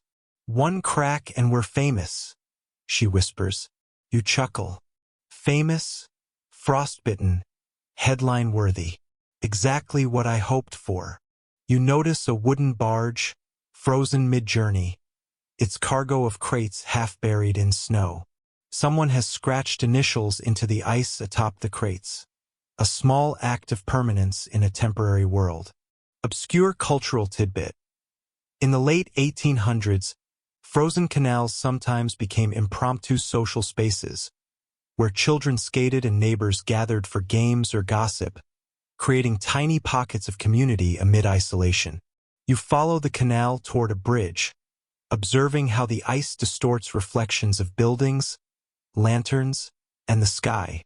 Each shape seems fluid, a reminder that winter, though frozen, bends perception. A stray dog trots past, leaving tracks that intersect with your own. You grin. Companions in improvisation, you murmur. Mag smirks. Or in frostbite risk management. Historians still debate whether canal surfaces were safe for large gatherings during blizzards. Some accounts claim widespread accidents. Others suggest careful residents made playful use of them. You decide that prudence and creativity can coexist. By evening, the canal becomes quiet, save for distant wind and the occasional bird daring to land. You and Mags stand on the bridge, letting the frozen silence stretch and fold around you. For a moment, the city feels suspended in a single, infinite breath. You follow a narrow street to a small workshop tucked between two brick buildings. Its windows are fogged, but a faint glow emanates from inside, promising warmth, activity, and human persistence. Historical fact: during the blizzard, some small workshops remained operational, often producing essential goods or repairing equipment to aid neighbors and stranded citizens. Inside, a man hammers delicately at a metal object, sparks flicking like tiny stars. Shelves are lined with tools, each meticulously arranged despite the snow that presses against the windows. Obscure cultural tidbit. 19th century workshops sometimes doubled as community spaces, where neighbors could borrow tools, trade supplies, or help each other complete urgent tasks during extreme weather events. Mags leans against the doorway, watching quietly. This place is a paradox. Chaos outside, order inside. You nod. Order and purpose, enough to make the snow seem like an inconvenience rather than a siege. A small child appears at the window, pressing a mittened hand against the glass. The craftsman waves, beckoning the child inside. You note the quiet humanity in gestures that require no words. You smile. The workshop is like a heartbeat in the storm. Mags chuckles softly. A steady, stubborn, slightly noisy heartbeat. Historians still debate how many small workshops operated during the blizzard. The records are incomplete, but the spirit of resourcefulness is undeniable. By nightfall, you leave the workshop carrying a small repaired item, a token of survival and connection. The snow crunches beneath your boots as you continue down the quiet street, lantern light glinting off ice-covered windows. You realize that life continues not just through survival, but through persistence, collaboration, and the small acts that create warmth amid cold. Morning light filters through frosted windows as you enter a library nearly buried in snow. The entrance is half-blocked, yet inside, the air smells of aged paper, ink, and wood polish, a comforting combination that feels like the world pausing to exhale. Historical fact: libraries remained open in select areas during the blizzard, providing warmth, reading material, and quiet refuge for stranded citizens. You and Mags moved slowly among the shelves, brushing away snow that blew in through a half-open window. Books of all sizes sit patiently, their spines dusted in frost, waiting for hands to awaken them from their winter slumber. Obscure cultural tidbit: in the 19th century, library patrons sometimes left notes in books during storms, both as communication and as a way to make themselves part of history. You pick up a volume of poetry, the pages crackling softly. Reading this feels like whispering into the snow. You murmur. Mags nods, flipping a page. Or like the snow is listening. A scholar seated at a table mutters. You'd think knowledge would freeze over, but somehow it thrives. You smile at the understated irony, the first joke for this section, because frozen knowledge still exists, and it's stubborn. Historians still debate how many people actually used libraries during the storm. Some accounts suggest hundreds. Others claim only a handful. Yet the gesture remains. A place for warmth, reflection, and quiet human connection. As evening falls, lanterns are lit along the aisles, casting long shadows across the snow-flecked floor. You and Mags find a small corner, letting the hush of pages and ink settle in your chest. Even in frozen silence, knowledge endures. You continue down a narrow street, drawn by a faint scent of wax and warmth. A small shop stands stubbornly against the wind, the windows glowing golden. Inside, the air smells sweet and faintly smoky, and the candlemaker hums as he pours molten wax into molds. Historical fact: during the 1888 blizzard, candlemakers were essential for providing light to families trapped by snow and ice, especially when gas lamps failed or coal ran short. Mags watches the process carefully, mesmerized by the flowing wax. "It's funny," she murmurs, "how light itself becomes survival." You smile. Or at least an excellent morale booster. Obscure cultural tidbit: in the 19th century, candlemaking was often both practical and artistic. Some molds created intricate patterns that served decorative purposes long after the storm had passed. You pick up a small candle, warm from the mold, and admire its soft glow. A tiny wisp of smoke curls upward, like a message in miniature. You give it to Mags. "A torch for wandering streets?" She laughs softly. "Or a tiny beacon for sanity?" The candlemaker shrugs, smiling. "Winter always gives us excuses to play with fire safely." You chuckle at the understated humor. Survival paired with artistry. Historians still debate how many candles were produced and distributed during the blizzard. Records are sparse, but the warmth, light, and reassurance they provided were undeniable. By nightfall, you step outside carrying your candle, snow crunching softly beneath your boots. The glow flickers in your hand, casting gentle shadows against snow-covered walls. You realize that even in the coldest moments, small acts of creation, wax, light, warmth, can make the world feel tender and alive. You arrive at a towering clock, its face half buried in snow and ice. The hands are stuck at 2:17, the hour the storm began in earnest, yet the mechanism hums faintly beneath the frost. Time itself feels paused, suspended like a snowflake caught in midair. Historical fact: several public clock towers in New York ceased functioning during the blizzard due to ice buildup, disrupting schedules and confusing citizens dependent on mechanical time. Mags leans against the tower, shading her eyes from reflected snow. "I guess we're all a little frozen in time," she murmurs. You smile.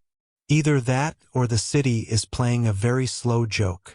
Obscure cultural tidbit: clock towers in the 19th century sometimes served as communal timekeepers, with bells signaling everything from curfews to church services. a soundscape now eerily silent during the storm. You step inside the base, the faint creak of metal echoing. Dust and frost coat the gears, which seem poised for motion yet remain still. You reach out to touch one, imagining the countless hands that have wound this tower over decades. A pigeon settles near the window, ruffling feathers against the cold. Even wildlife adapts. You mutter softly, the first subtle joke for the section. Historians still debate exactly when each tower returned to functionality after the blizzard. Some records suggest weeks, others days. Either way, the symbolic pause was undeniable. A city literally and figuratively frozen. You climb a small staircase to the observation deck. From here, streets stretch beneath you like braided silver threads, punctuated by lanterns and smoke. You feel the rhythm of endurance, a city that waits patiently for thaw. Mags nudges your arm. Think anyone's been up here since it all started? You shrug. Probably the bold, the curious, and the slightly mad. We might check curious off the list. You lean against the railing, letting the quiet hum of snow and metal settle into your chest. Even frozen, even silent, the clock tower measures resilience as accurately as it ever measured ours. You wander back toward the main street, where market stalls have become ghostly, ice-encased sculptures. Wooden crates are stiff with frost, barrels trapped mid-tilt, and the smell of frozen apples and root vegetables lingers faintly. Historical fact: many market stalls were immobilized by snow drifts during the blizzard, leaving vendors and customers alike to improvise trades in unusual ways. Mags crouches beside a stall, brushing away snow. We should leave a note. Open for imagination only. You grin. Or for bravery and frostbite enthusiasts. Obscure cultural tidbit: street vendors in the 19th century sometimes left food and trinkets in stalls for neighbors during extreme weather, effectively creating a barter and benevolence system. You notice a small tin box, its lid frozen shut. Inside are coins from various countries, left behind or forgotten, creating a mini museum of commerce and migration.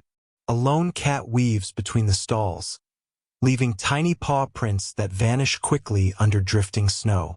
You chuckle softly. Even feline economists participate. Historians still debate how many market operations continued through the blizzard. Some accounts suggest creative barter sustained neighborhoods. Others say activity was minimal. Yet the spirit of adaptation is clear. You move slowly down the street, observing how each stall tells a story. A forgotten loaf, a half-buried basket of vegetables, a candle melting slightly in the sun. The city's frozen commerce becomes a sculpture garden of human persistence. Mags nudges your elbow. Even commerce gets poetic if you stare long enough. You smile, and every snowflake is a tiny unpaid consultant. As evening falls, shadows stretch across the frozen stalls, and the faint glow of lanterns softens edges. The market, though immobilized, pulses quietly with human ingenuity and small acts of survival. You breathe in the hush, letting it sink into your chest before moving on. You follow a narrow street to an apothecary still standing despite the weight of snow pressing against its windows. Inside, the air is a mixture of herbs, tinctures, and faint smoke. Medicinal aromas that feel comforting, almost magical, in the frozen city. Historical fact: during the blizzard, apothecaries often provided essential medicines and home remedies, becoming lifelines for residents who couldn't access doctors or hospitals. Mags leans on the counter, examining jars labeled in fading ink. "It's like a small universe of cures," she whispers. You smile. Or a microcosm of hope, powdered, bottled, and carefully labeled. Obscure cultural tidbit: 19th century apothecaries sometimes prepared storm kits with extra ointments, teas, and remedies for families trapped indoors. a practice rarely recorded but vital for survival. A cat, clearly the apothecary's companion, weaves between jars. You chuckle. Even the staff has a personal assistant. The apothecary pours a small cup of warm herbal tea for you. You sip, noticing how warmth can be both physical and emotional. Mags laughs softly. All this snow makes tea feel like a miracle. You nod. And mild sarcasm feels like a luxury. Historians still debate how much medical assistance apothecaries provided compared to doctors during emergencies. The records are spotty, but the value of small, accessible remedies is undeniable. By evening, the snow outside thickens, yet inside, life continues. People sharing advice, remedies, and quiet stories. You leave with a small bundle of herbs, feeling the city's resilience distilled in leaves, roots, and warmth. Night falls gradually, and the city is transformed by lanterns lining streets, windows, and rooftops. You and Mags join a small parade of neighbors carrying flickering lights, each flame winking against snowflakes that drift lazily from the sky. Historical fact: during the blizzard, informal lantern parades and candlelit walks occurred in some neighborhoods, providing light, guidance, and a communal sense of hope. The parade moves slowly, a collective heartbeat against white silence. People hum softly, a melody improvisational yet comforting. The sound travels across streets, through alleys, reaching those who cannot leave their homes. Obscure cultural tidbit: lantern processions in the 19th century were sometimes used for both celebration and ritual, a practice adapted spontaneously during emergencies for community cohesion. Mags nudges you. Even in snow, humans crave connection. You chuckle. And maybe a bit of dramatic flair. A small child waves, holding a lantern too big for their hands. You smile, imagining the flame dancing across their face, casting shadow puppets onto the snow. The first joke of this section arrives gently. I think the lantern might be guiding us as much as we guide it. Historians still debate how widespread these lantern parades were. Some accounts suggest dozens. Others hint at hundreds. Either way, the gesture is poetic, warm, and defiant against the cold. As the parade continues, lanterns reflect off icy windows, creating a kaleidoscope of gentle light. The city, though frozen, feels alive with soft rhythms of hope, resilience, and human ingenuity. You walk beside Mags, letting the flickering glow fill your chest.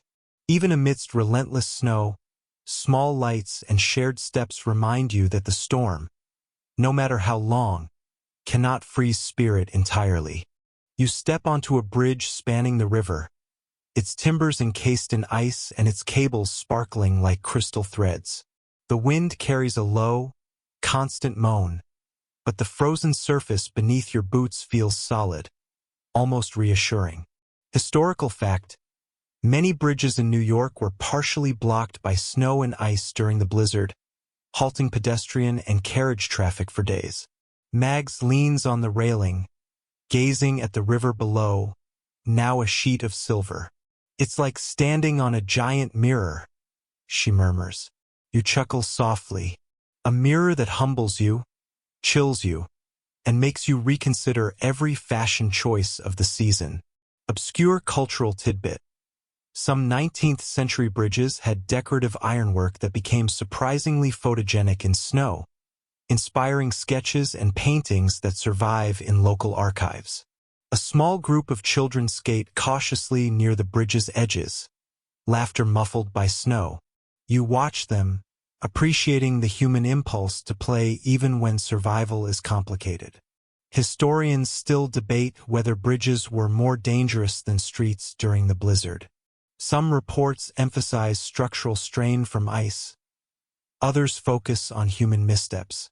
Either way, they became iconic symbols of endurance. You notice faint footprints along the rail, evidence of someone who walked this path before you. Mags nudges you. Even ghosts need a scenic route. You grin quietly, savoring the light joke amid frozen grandeur. By evening, the bridge glows faintly from lanterns left by neighbors, guiding late travelers safely across. You step carefully, feeling the hum of human persistence underfoot, a frozen city held together by shared effort. Returning to the bakery you visited earlier, you find it still open, serving more than just bread. The oven glows warmly, smoke curling into the night like an invitation. Historical fact: some bakeries operated almost continuously during the blizzard, becoming centers for communal warmth, food distribution, and social gathering. Inside, neighbors gather, sharing small morsels, stories, and laughter. You notice a baker handing out a loaf to someone he's never met before, a small act of heroism disguised as routine generosity. Obscure cultural tidbit: bakeries sometimes improvised storm menus featuring simple, hearty bread and small pastries, adding spices to lift spirits and morale. Mags whispers, bread becomes a symbol of survival. You nod, and occasional sarcasm, like noticing someone's snow-drenched hat looks like modern art.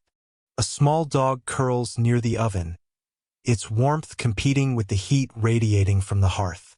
You chuckle softly. Even animals appreciate edible architecture. Historians still debate how many bakeries remained operational during the storm. Records vary, but the cultural significance of bread and warmth is undeniable. By nightfall, you and Mag step outside with warm loaves in hand. Snow crunches softly underfoot, the air crisp and comforting. Lanterns glow across streets, signaling resilience and community. You realize that survival is not just enduring cold, but preserving warmth, humor, and human connection. A pattern repeated in homes, bakeries, workshops, and alleys across the city. You follow the faint rattle of a streetcar track, only to find the vehicle frozen in place, half buried in snow. The electric lines above sway gently, humming faintly, as though the storm itself has lulled them into slumber. Historical fact: streetcars in 1888 were often immobilized by snow and ice, halting urban transportation and forcing residents to improvise walking or sledding routes. Mag steps carefully along the sidewalk beside the frozen car. Imagine getting stuck in there with all the snow and no Wi-Fi, she mutters. You grin. A true test of patience, conversation skills, and sock quality. Obscure cultural tidbit: some streetcar operators improvised by using horses to pull trolleys through the snow, combining modern technology with older methods in creative survival solutions. You peek inside the streetcar, noticing abandoned tickets, a glove, and a scarf frozen in mid-flutter. Each object feels like a tiny time capsule of daily life interrupted. Historians still debate exactly how residents adapted to halted streetcars. Some accounts suggest impromptu sled races. Others describe long, patient treks on foot. You note that improvisation, humor, and determination were universal constants. Mags chuckles softly, pointing to a bird perched on the roof of the streetcar. Even wildlife inspects public transit. You nod, and probably critiques punctuality. The wind carries snow across the tracks, filling in footprints. You and Mags continue along, feeling the quiet pulse of the city, a rhythm slowed but not silenced by ice, snow, and human resilience. Returning to the library, you find it warmly illuminated, the glow of lanterns reflected on snow-flecked floors. The hush is comforting, a cocoon against the blizzard outside. Historical fact: libraries that remained open often relied on candlelight when electricity or gas failed, turning reading spaces into intimate, softly lit refuges. You wander past shelves, noting footprints of earlier visitors frozen into patterns in the dusting of snow that crept inside. Mags traces the spines of books carefully, reverently.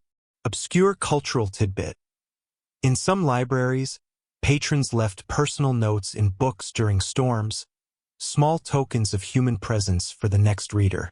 A scholar whispers something about a rare manuscript, the words muffled by the quiet.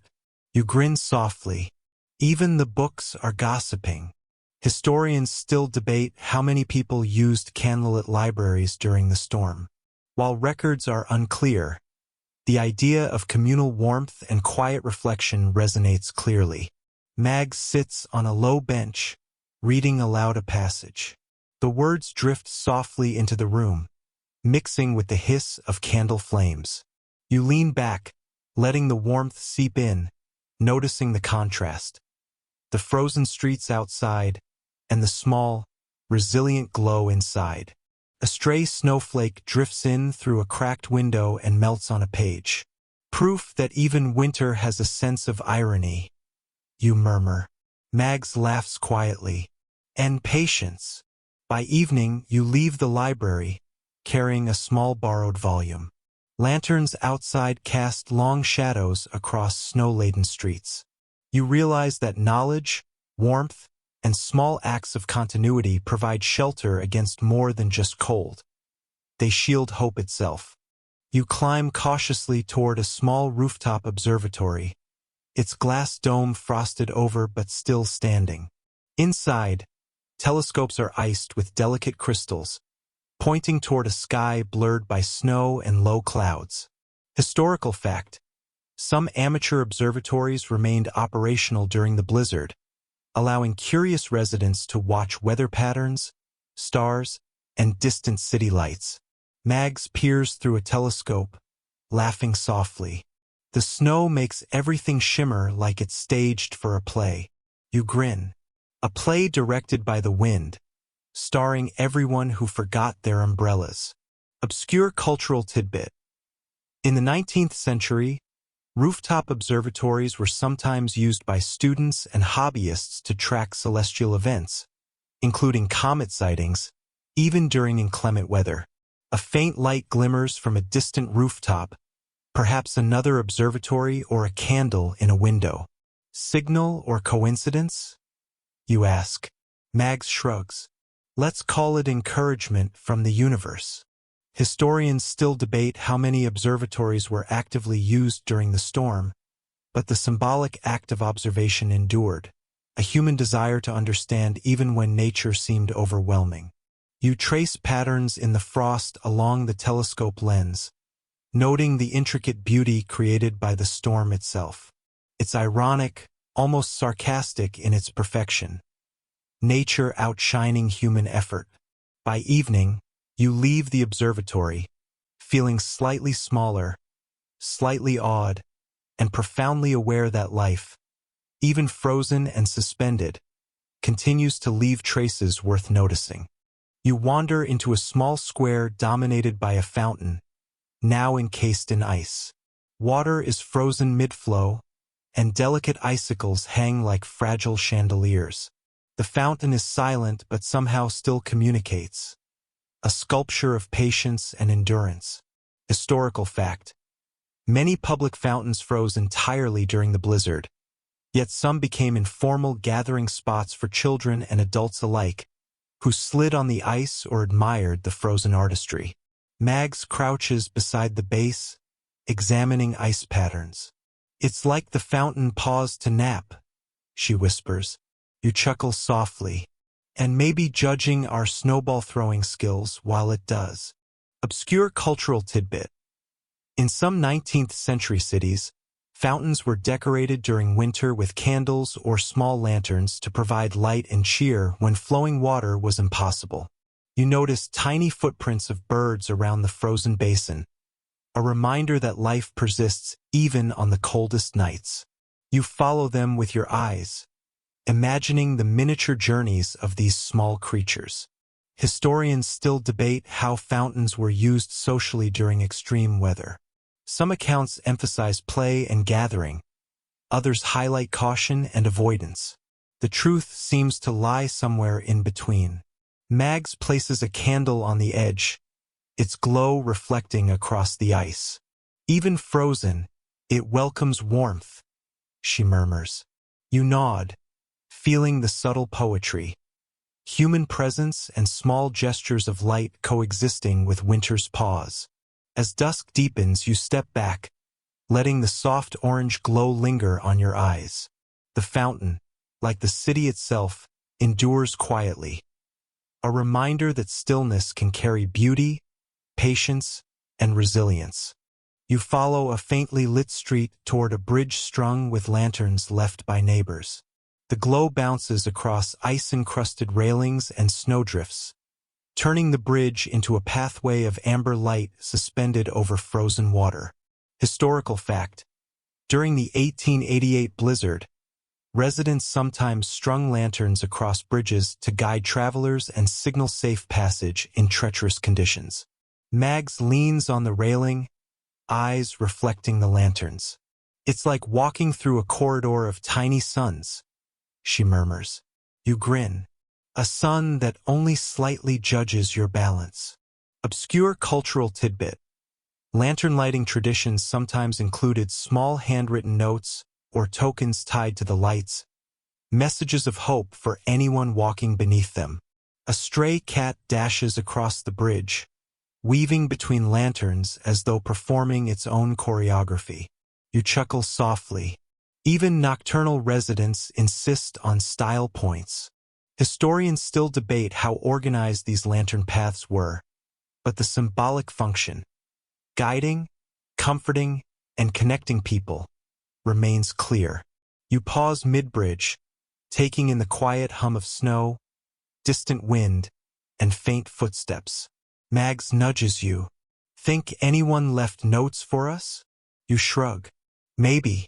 Or maybe the city itself wrote them in light. By nightfall, the bridge becomes a corridor of reflection, warmth, and gentle humor. You feel the pulse of human care beneath your boots, a subtle reminder that survival is often about lighting the way, literally and metaphorically. You duck into a small shop tucked beneath a snow-laden street, where a clockmaker's hands move delicately over frost-covered gears. Each tick is faint but precise, a defiance of frozen time outside. Historical fact: clockmakers often worked through storms to repair or maintain public and private timepieces, ensuring some continuity in urban life despite widespread disruption. Mags peers over the counter. Even in ice, people insist on punctuality, she observes. You grin. Or at least the illusion of it. Obscure cultural tidbit. In the 19th century, clockmakers sometimes added small ornaments or carvings to their work, little hidden jokes or whimsical touches appreciated by observant customers. A tiny bird pecks at a windowsill outside, and the clockmaker mutters, "Even nature demands to check the time." You chuckle quietly. Historians still debate how widespread clock repair was during the blizzard. Some accounts suggest many clocks remained frozen. Others record heroic, last-minute fixes. Regardless, the persistence of human attention to detail stands out. Mags lifts a small, repaired pocket watch from the counter. Time survives, somehow. You nod, appreciating the irony. A storm that stops the world only highlights the fragile continuity people preserve. As night deepens, you leave the shop carrying a subtle warmth, not just from the fire or light, but from witnessing someone commit to order and craft even in the thick of winter. The city outside is silent, snow-covered, yet small acts like these ripple quietly through the frozen streets, proof that life endures even in stillness. You return, almost unconsciously, to the bakery where warmth seems eternal. The oven glows like a quiet sun, snow piled high outside like obedient sentinels. The aroma of fresh bread carries faintly into the street, beckoning even the sleepiest wanderer. Historical fact: during the blizzard, some bakeries provided sustenance late into the night for stranded citizens, ensuring that families, travelers, and workers did not go hungry. Mags leans against the counter, eyes half closed in quiet contentment. "The warmth here is absurdly comforting," she murmurs. You grin. "Absurd, yes, but deliciously effective." Obscure cultural tidbit. 19th century bakers sometimes improvised recipes using whatever supplies were on hand, creating temporary culinary traditions that disappeared once snow melted. You sip a small cup of cocoa, letting the sweetness dissolve the fatigue of hours spent wandering frozen streets. The first subtle joke emerges. "I think bread deserves a medal for civic duty." Historians still debate how much food distribution helped survival during the storm. Some say it was crucial. Others consider it symbolic. You decide both perspectives are true. Sustenance is both practical and poetic. By midnight, the bakery feels timeless, a sanctuary resisting snow, cold, and isolation. Lantern light flickers against frost-streaked windows, casting soft shadows across flour-dusted counters. You realize that, in small spaces like this, life quietly thrives, wrapped in warmth, aroma, and human care. You step back into the streets, the storm finally softening, snowflakes drifting lazily like feathers from a distant sky. Lanterns and windows glow faintly, reflections dancing across icy pavements. The city exhales slowly, settling into the hush after chaos. Historical fact: by the morning after the blizzard, snow still blanketed streets several feet deep, but sunlight and thawing winds began revealing signs of life and resilience throughout the city. Mags links arms with you. "It's almost poetic, isn't it?" You nod. Poetic, exhausting, whimsical. Basically everything a long winter can be. Obscure cultural tidbit. Residents often celebrated the first clear morning after blizzards with small rituals. Clearing windows, sharing hot drinks, and observing neighbors' improvised snow sculptures. The faint crunch of snow beneath boots accompanies your slow steps. You notice subtle details. The gentle sway of icicles in morning light, the soft traces of animals returning to routines, the delicate shimmer of thawing rooftops. Each detail whispers that winter, no matter how long, eventually yields to patience. Historians still debate the exact social effects of the blizzard. Some emphasize tragedy, others adaptation, but both truths coexist. The city was frozen, yet alive. Still, yet moving in quiet persistence. You pause at a small bridge, letting the calm sweep over you. The air smells faintly of smoke, melted ice, and something indefinably human. Resilience, care, and soft laughter carried by wind through streets still edged with frost. As evening falls, you sit on a snow-softened bench.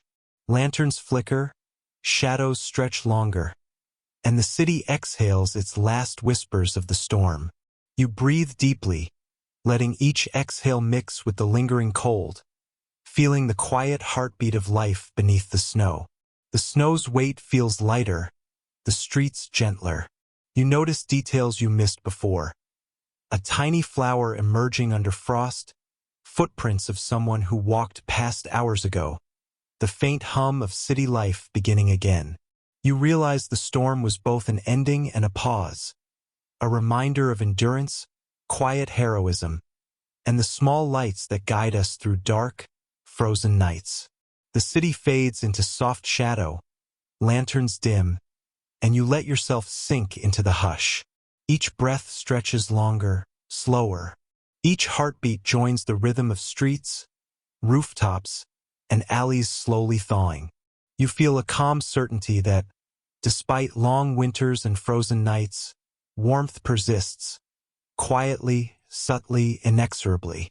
And now, as your eyes grow heavy, you exhale once more, letting snow, lanterns, and the city's gentle heartbeat carry you into the soft, unbroken silence of night.